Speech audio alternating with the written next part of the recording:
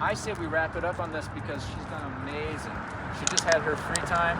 She took it, she sniffed, she went up on the plant, she had a good time. I beeped, right back to position, right back to the heel mentality, which is follow.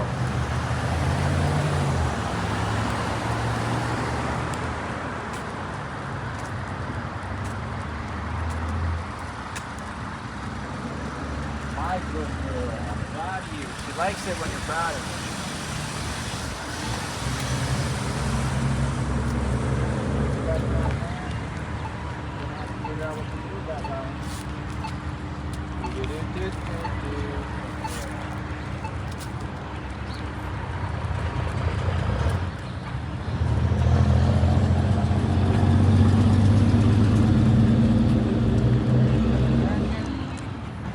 I absolutely must have been a session with her, right? Maybe one, well, maybe it was that day you didn't come with me. And I did it in the field. Because the big thing is this. Can I go like this and see how she follows it? Knowing to stay behind that leg? Good. She's still doing some more of it, but I must have done some of it with her already. There she goes.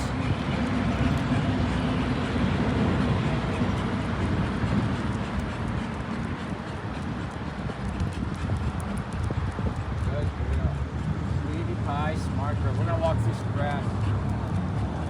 No sniffing, but they all usually do the first time. Okay. Go first, man. Nice on the front. Nice.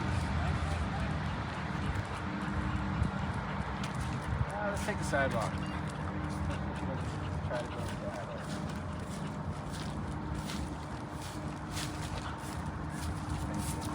Morning.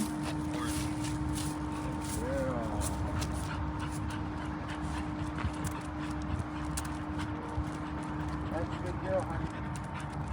So, camera girl,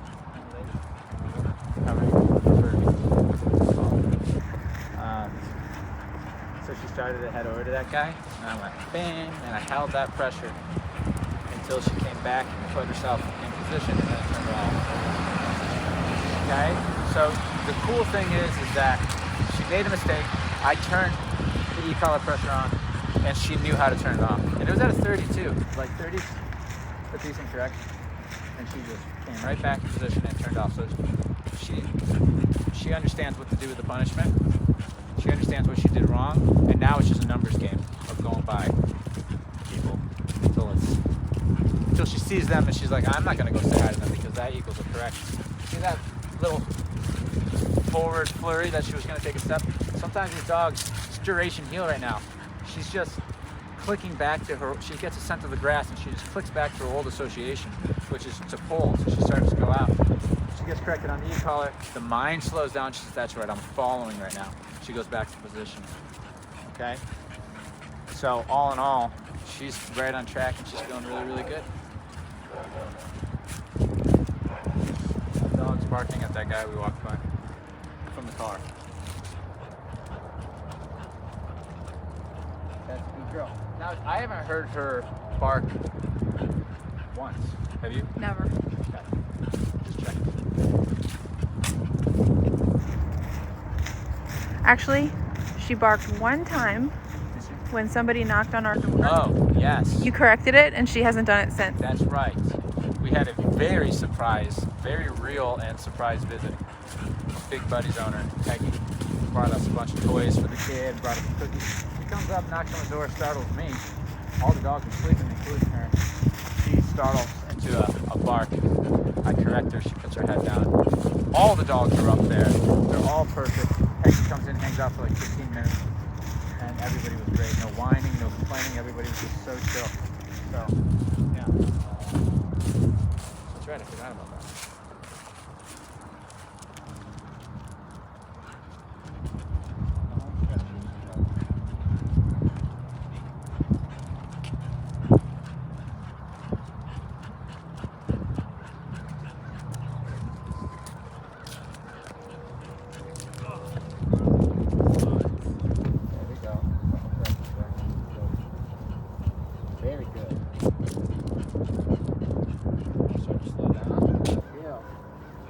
start to work on her knowledge here. Speed up. Look, Gail, you are a smart girl. Slow down. Nice. There it is. Do a couple moves over here. See how she does before we get to the car.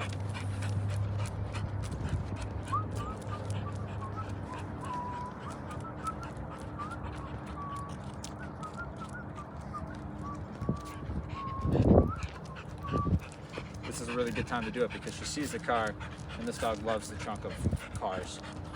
So that's what the association is. So her pull is to head towards the car. So I'm using that as, it could be any trigger. It could be the person, it could be food, something that she wants to go do. And then I'm asking her to come with me away from it.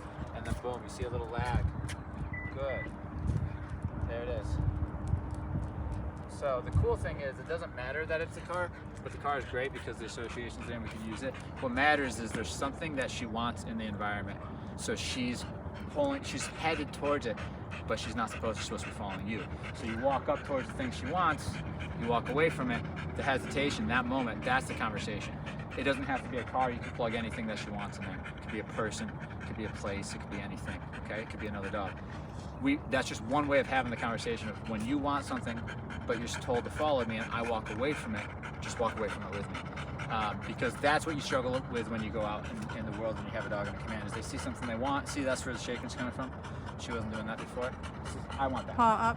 I want that. That's my, I want that. That. But I'm saying, follow me, just follow me. So this is where the work needs to be done in moments like this. So this is what we're doing, right? This is the time that we use the commands to have a conversation over. When you're following, nothing else is an option.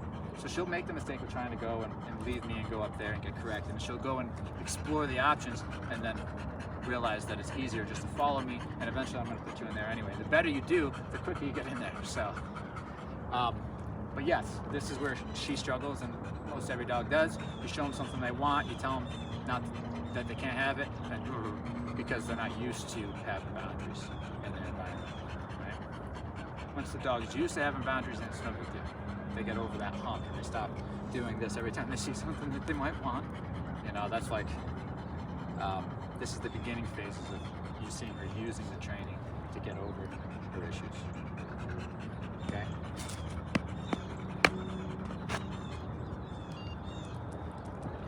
So just walking by the thing she wants gives me a chance to interact. It's worse now than it was, right? Her mind thinks about the things.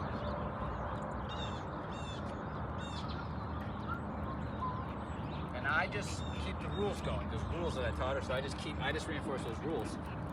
Okay, so look how I dip towards this, and then I dip away, and look at the lag on her. Look at the lag. She wasn't lagging before. I hope you can see that that's because of the car. So pressure was on the whole time that she made it for that. And I'd consider that a rep. Now we can do it again. Right? Eventually, this won't be this will be a non-issue. We won't be able to get the same response from the trunk. But we used it to teach her what to do in the future. You know, it's one thing for a dog to know a command, because you see she knows it, but if we don't walk in the world or set up setups like we are with this trunk and teach her what to do when there's moments of disagreement where she wants to go do something and she's told to do it otherwise, that's why she's here, really, because those moments. So from here on out, the rest of her training are those moments until she's what we call giving it up. She doesn't do that anymore. She just listens and gets a pet on the head. Gail, she's already breaking down, and what I mean by that is she's softening and giving up her fight. She's fighting. I'm allowing her to fight. As you can see, she leaves it. That pressure's on. I dial up. I'll max out the collar if I have to, which I did a couple of times. But as soon as she gets back in position, it's off. She's fighting as much as she feels the need, and then they stop fighting, and then they get a pet on the head, and they say, well, that's a lot easier, right? But every dog has to explore the options, touch the stove, see that it's hot, and then realize it's not something they want to do anymore because it's not a valuable choice anymore. It doesn't get them anywhere. It actually is the opposite. It becomes aversive. So it changes the way a dog thinks, and it changes the way a dog behaves. It takes about 2 weeks to pattern that new behavior, and then that's their new response.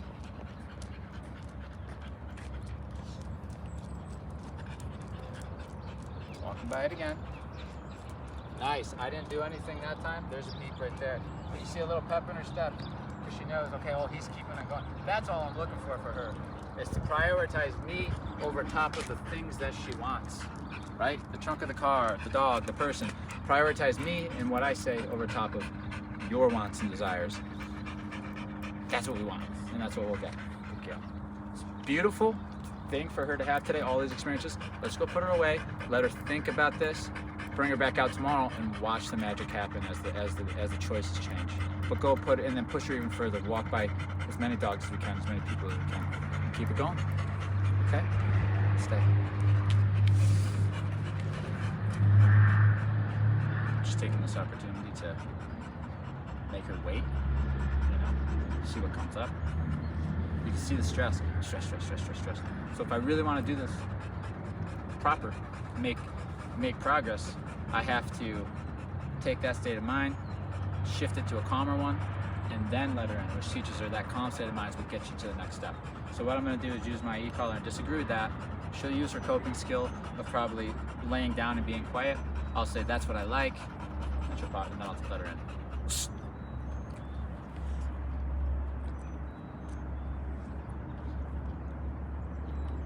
Okay, so you can see the mind starting to shift. Now if that mouth opens up again, I'll correct again, because that's, for us, that's the visual sign that we can use that she's stressing, the vibrating. But there's this coping skill that we taught her, remember? So she gets to go through it now and just work on self-regulating her emotions and then her behaviors. This is huge. This is what rehabs a dog, all right? This is good. Good girl. This is good girl. So now I start moving around, which will cause stress, right? Because she thinks it's potential of me releasing her, right? You gotta go, it's literally like that. You gotta dissect these moments.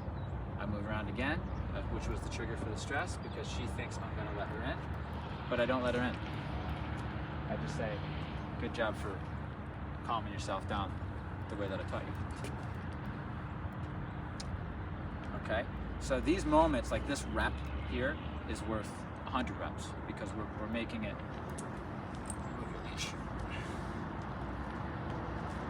We're bringing it full circle. Another correction.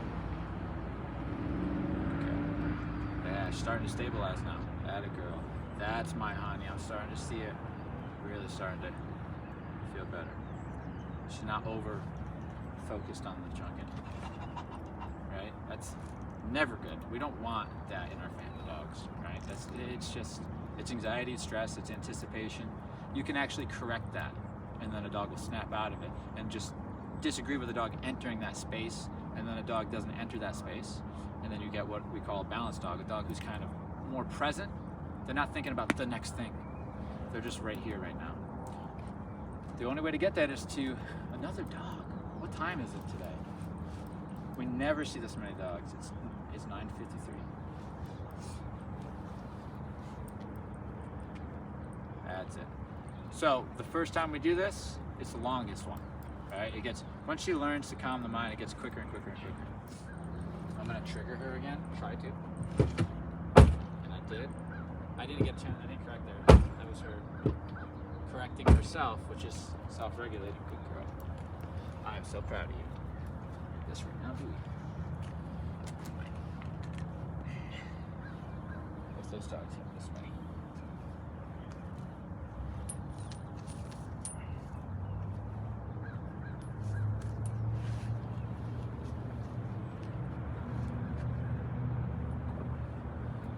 Not quite long.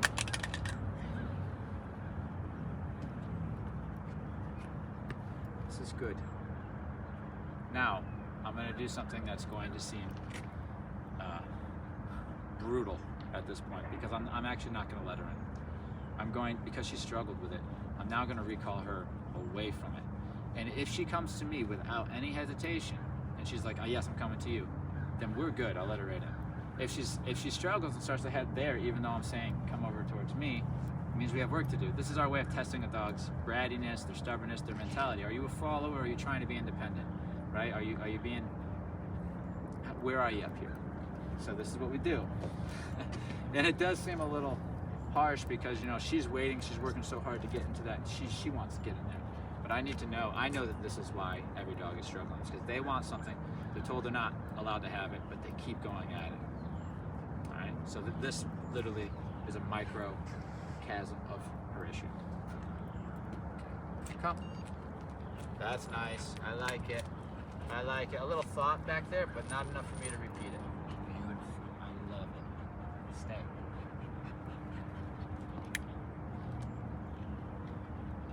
Stay. Those little errors, I'm already one step ahead of her with those stays because every single time I tell her to stay, she always fucks up for the first time. And that's because of the mind. Again, the mind's going to the next thing, or she's not fully paying attention. But huge progress in a short period of time with this dog so far. But I would say she's only halfway there. She's not done yet, or even close. We're about halfway through her progress.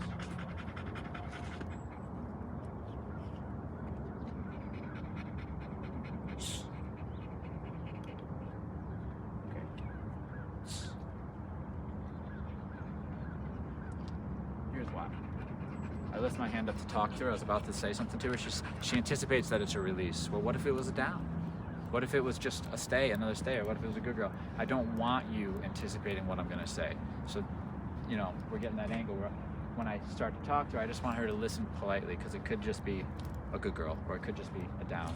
It doesn't mean we're going to the trunk. So again, we're getting to that core issue of the dog always just perseverating on something and not being able to let it go. Bella. Nope. Okay. So I say Bella, just like I would say Julie.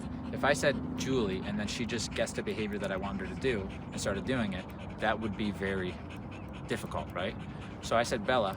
She says, oh, he must want me to come to her. Again, no, maybe I didn't want you to come to me. So the name is just for attention, and then we tell them what to do. Okay? The reason why we're able to get this out so easily is because, again, we have this, which is what she wants. This is the thing she wants. And now we recall, here's the punishment. Now we recall. Stay. So believe it or not, this exercise right here is helping rehab this dog.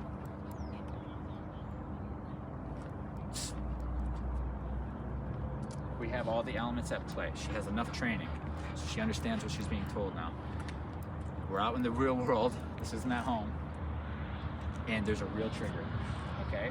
There's me, who's giving her an expectation, and then there's something that she wants. You see all this mess up? She wouldn't be messing up like this in the training room. It's too easy, right? She's kind of in that mode. Every hand gesture I'm throwing, she's assuming it's for her to get up and go to that trunk. So by having the dog, myself, and some training, and then a trigger, which is something to get the dog to mess up, this is now where we're able to make the real work on the mind, okay? And notice what I'm not doing. I'm not saying pay attention to me because I have something else you want. That's not the game I want to play with her. I want to play, you don't get the stuff until I say, so don't worry about it. And I'm kind of just, the way I'm telling her that is, you see, I'm just proving it to her. Through experiences. Because she struggled so much, we have to do another recall past, right? If she was doing perfect, I'd let her right in. Come. I love it. Oh, that's nice. That's nice. A nice recall. I gotta say, she came right over. She didn't stop at the trunk. I gotta give her that. That was good. Good girl. Stay. Let's see if the mess up happens when I walk away. Ooh. She caught herself and put the paw down finally. The paw up is just terrible because it's, should I stay or should I go? She's thinking about the next thing. As soon as she comes down like this, she's more committed to the stay. Okay. So when we see this, I shush her. No. And then you see her put her foot down. This is just telling me where her mind is. They wear their thoughts on their sleeve, you know what I mean? Panting, she's stressed. I can tell she's stressed because her body's, whatever they're feeling, you can see it, you know? This right here, she's thinking about going, you know? I like the attention, I like her eyes around me, but I don't like the stress. It's better though. It's way lighter than it was. She was way more intense before. And I'm talking about just this session here. Okay. So if you want to see how good your dog is, you did some training, you did your stays, you got a sit stay, you got a down stay, you got a recall, you got that. That's all you really need to come and pop your dog right there, throw something that it wants in the middle, and recall it past it. And see if it deviates from that straight line to you and tries to go towards the thing it wants after you recall it. That's a good way to proof the recall, but it's also a good way to see if your dog's actually going to listen to you and where they are up here. Okay? Good. Good. The attention's on me. I like that. It's good. That's a good sign. I'm very proud. A lot less intense. She still does a paw off when she's thinking, even when she's in a down. Let's grab this. Make sure my foot's on this leash. Car's going back. There's a dog in the car. I disagreed with that because she was going into yeah, and I didn't even see the dog there. I just was watching her, and I seen her start to have that little flick of intensity in her eye. So disagreeing with it snapped her out of it. A lot of dogs, they escalate, just people don't see it. They see something and then they start to load and then they go. If you can catch them before they go and you just say no as they first start to load, generally stop the stuff.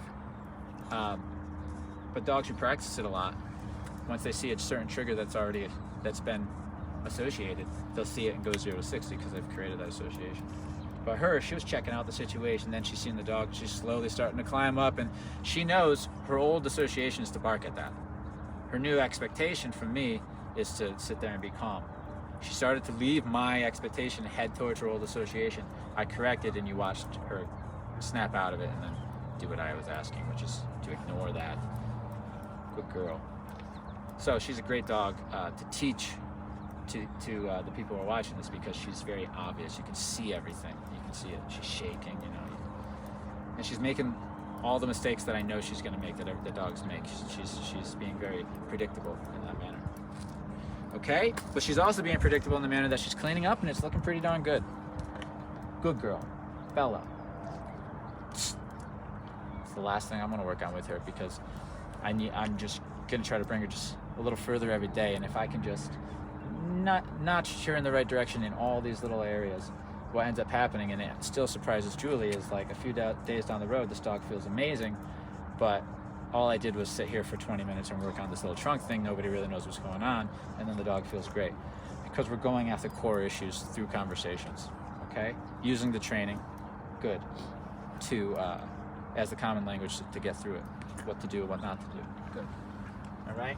I'm sure I'm making this way more complicated than it's supposed to be as far as how I'm explaining it, but Bella, good girl.